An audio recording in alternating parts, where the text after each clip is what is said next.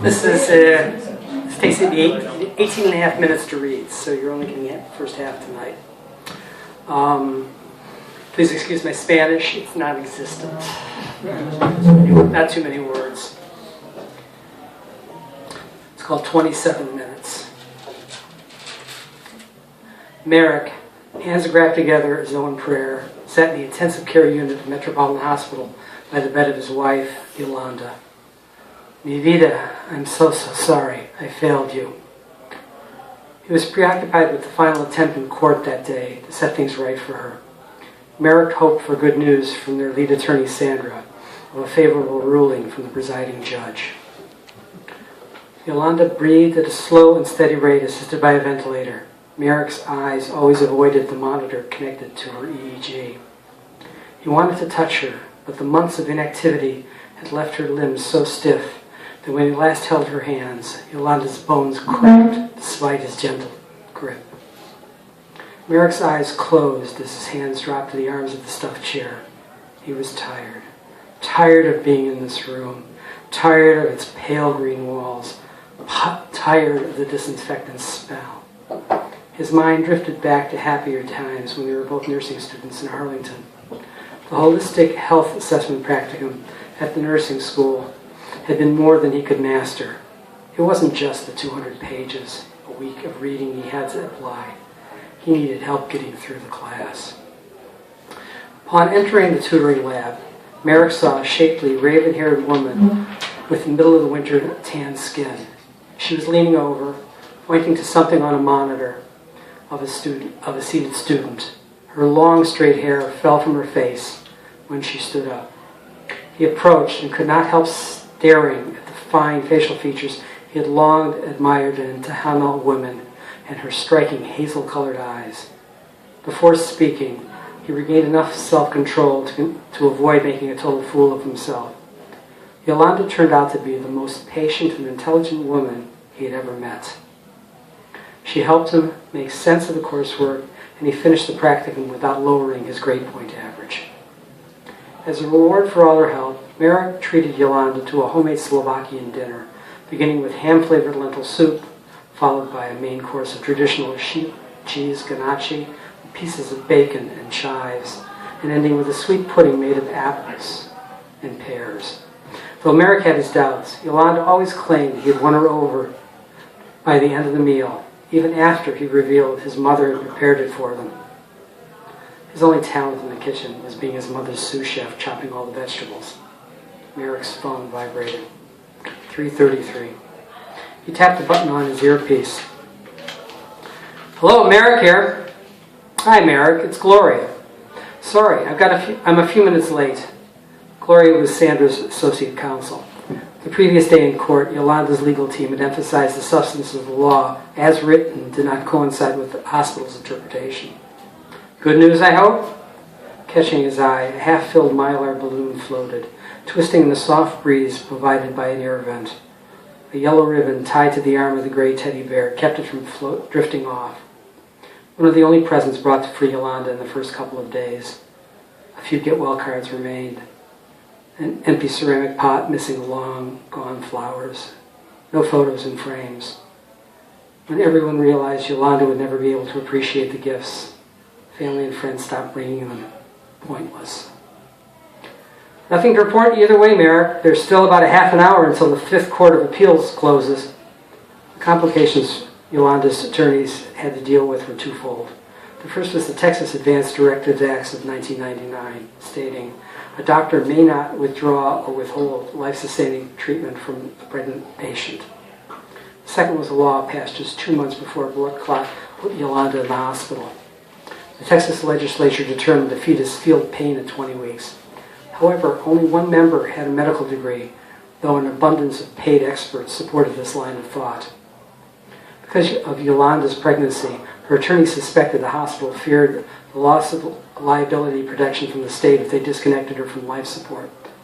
Sandra and Gloria had stressed the act was written may not cannot, nor must not. Their point being, legislators wrote the law for someone in a coma, not for somebody with no brainstem activity.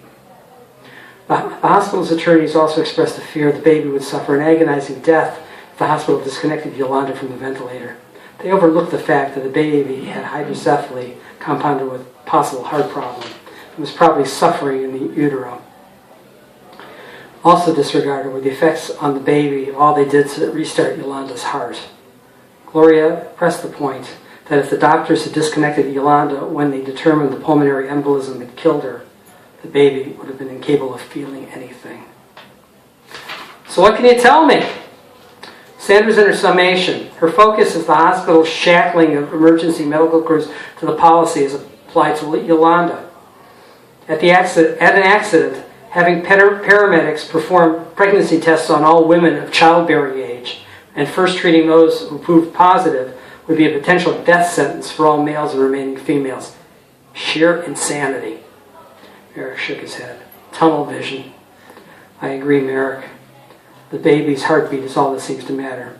Yolanda and I discussed the end of life many times. Neither of us wanted life support if we were brain dead.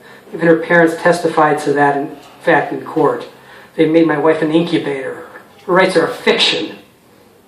I totally agree with you, Merrick. I'm sorry I don't have anything yet. I'll get back to you by 4 with the ruling. Thanks. He glanced at the television monitor hanging on the ceiling on the opposite side of the room. Goodbye.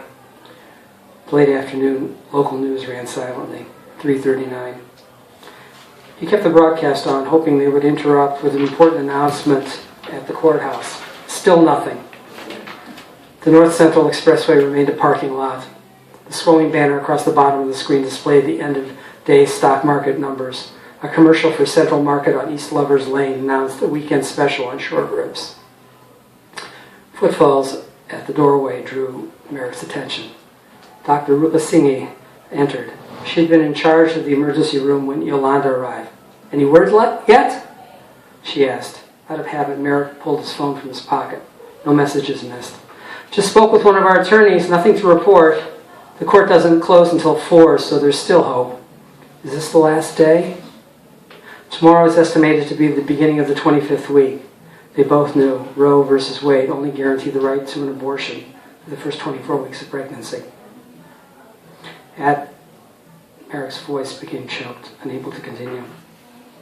I wish you the best of all possibilities. Please contact me no matter the outcome. Merrick nodded, still incapable of speaking. He rose from his chair and walked over to the windowsill where he picked up a pot of paperwhite narcissus.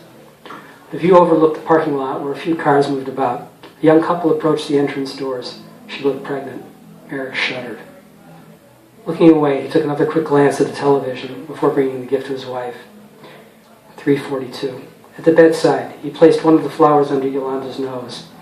I don't know if you can smell them, mi amor, but I hope you enjoy the scent. I've been told by visitors who bring them in for others that their fragrance is uplifting.